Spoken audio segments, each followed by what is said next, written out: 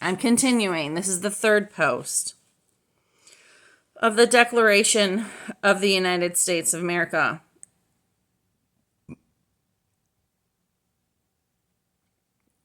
He, the Faker King George III, has dissolved representative houses repeatedly for opposing with many firmness his invasions on the rights of the people. He has refused for a long time, after such dissolutions, to cause others to be elected, whereby the legislative powers, incapable of annihilation, have returned to the people at large for their exercise, the states remaining in the meantime exposed to all the dangers of invasion from without and convulsions within. He has endeavored to prevent the population of these states, for that purpose obstructing the laws for naturalization of foreigners, refusing to pass others to encourage their migrations hither, and raising the conditions of new apparitions of lands. He has obstructed the administration of justice by refusing his assent to laws for establishing judiciary powers. He has made judges dependent on his will alone for the tenure of their offices and the amount and payment of their salaries. He has erected a multitude of new offices and sent hither swarms of officers to harass our people and eat out their substance. He has kept among us in times of peace standing armies without the consent of our legislators. He has affected to render the military independent of and superior to the civil power.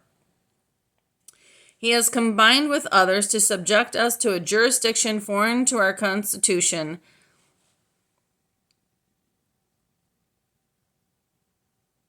and unacknowledged by our laws, giving assent to their acts of pretended legislation, for quartering large bodies of armed troops among us, for protecting them by a mock trial from punishment for any murders which they should commit on the inhabitants of these states, for cutting off our trade with all parts of the world, for imposing taxes on us without our consent, for depriving us of many cases of the benefit of trial by jury, for transporting us beyond seas to be tried for pretended offenses, for abolishing the free system of English laws in a neighboring province, establishing therein an arbitrary government, and enlarging its boundaries so as to render it at once an example and fit instrument for introducing the same absolute rule into these colonies,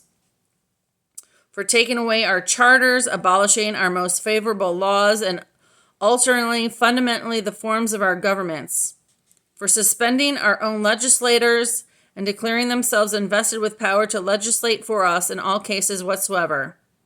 He, the Faker King, has abdicated government here by declaring us out of his protection and waging war against us.